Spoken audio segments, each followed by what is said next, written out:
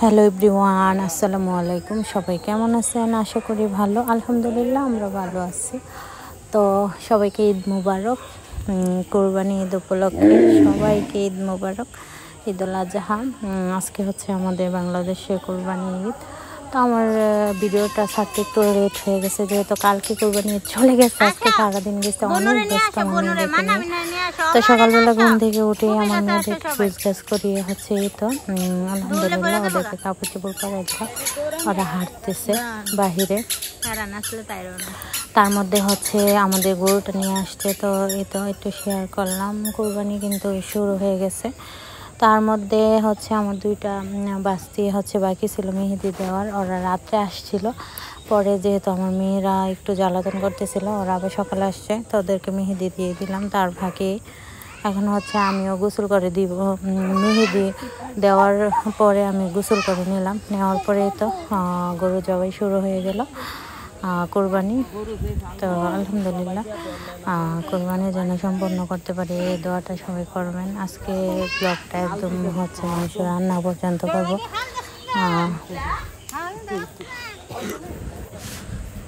এই তো আমি গোসল করে ফ্রেশ ট্রেশ হয়ে কাপড় টাপড় পরে তারপরে হচ্ছে দেন আমি আসলাম সেমাই খাইতে। সেমাই খাওয়ার পরে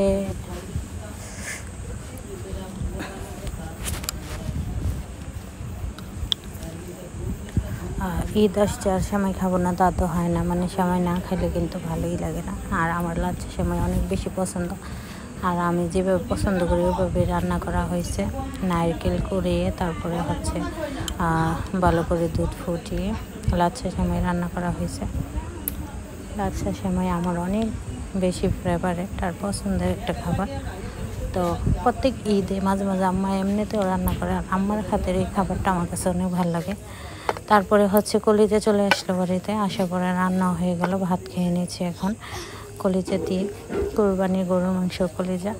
দেন হচ্ছে মাংসগুলা কাটা হচ্ছে, প্রসেস করা শেষ হলে আপনাদের সাথে শেয়ার করব। ভাবছি যে ভিডিওটা কন্টিনিউ করব একদম মাংস রান্না পর্যন্ত। এই তো এখন হচ্ছে বিকাল প্রায় 4:30 কি 5টা বাজে। এখন মাংস কাটাকাটি শেষ, সব নিয়ে আসছে বাড়িতে। এখন হচ্ছে প্রসেস করে কিছু মাংস রেখে দিবে আমার ভাই বোনের জন্য, আর আমার দুইটা ভাই বাহিরে আছে তো তাদের জন্য। আর হচ্ছে 15 থেকে প্রায় হচ্ছে 16-17 কিলো হবে, এগুলো রান্না করে নেবে আর কি খাওয়ার জন্য। আর আমার আম্মা কুরবানি ঈদে অনেক বেশি করে রান্না করে, অল্প স্বল্প রান্না করে না, অনেক বেশি করে রান্না করে।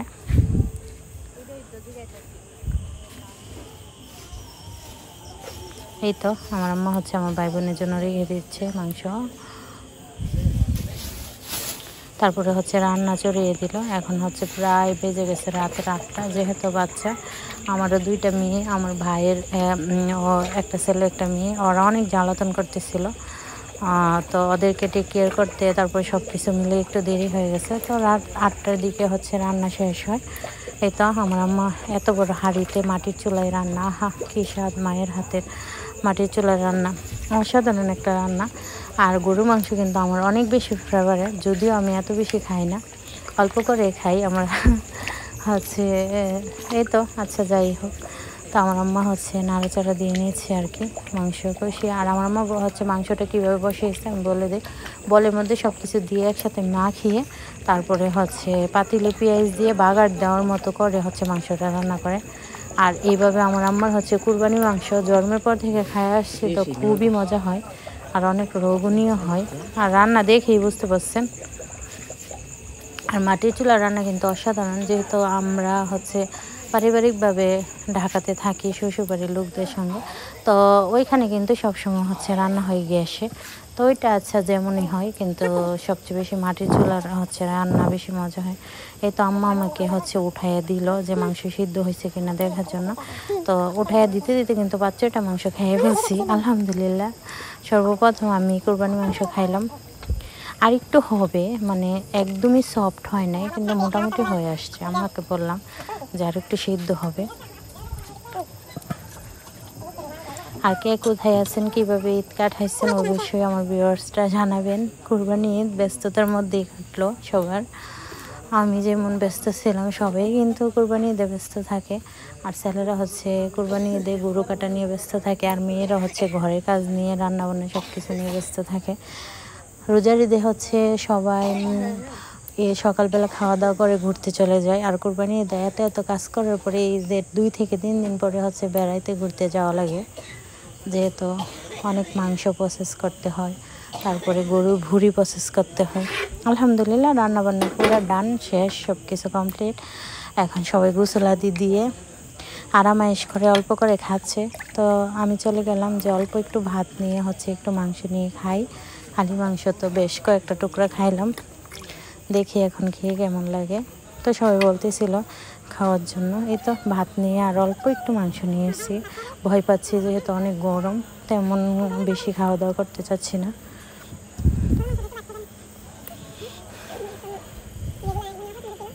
এই তো সাদা ভাত আর মাংস নিয়ে নিছি, এক টুকরা লেবু আর হচ্ছে কয়েক টুকরো শসা সালাদ দিয়ে খাচ্ছি। আর যাদের মাংস কাটা তাড়াতাড়ি হয়ে গেছে তারা তো মনে হয় অনেক দ্রুতই খেয়ে ফেলছেন। আমরা একটু লেট হয়েছে এবছর, যেহেতু মাংস কাটা একটু দেরি হয়ে গেছে। আর আমাদের অঞ্চলে হচ্ছে ছাগলগুলো আগে প্রসেস করা হয়েছে,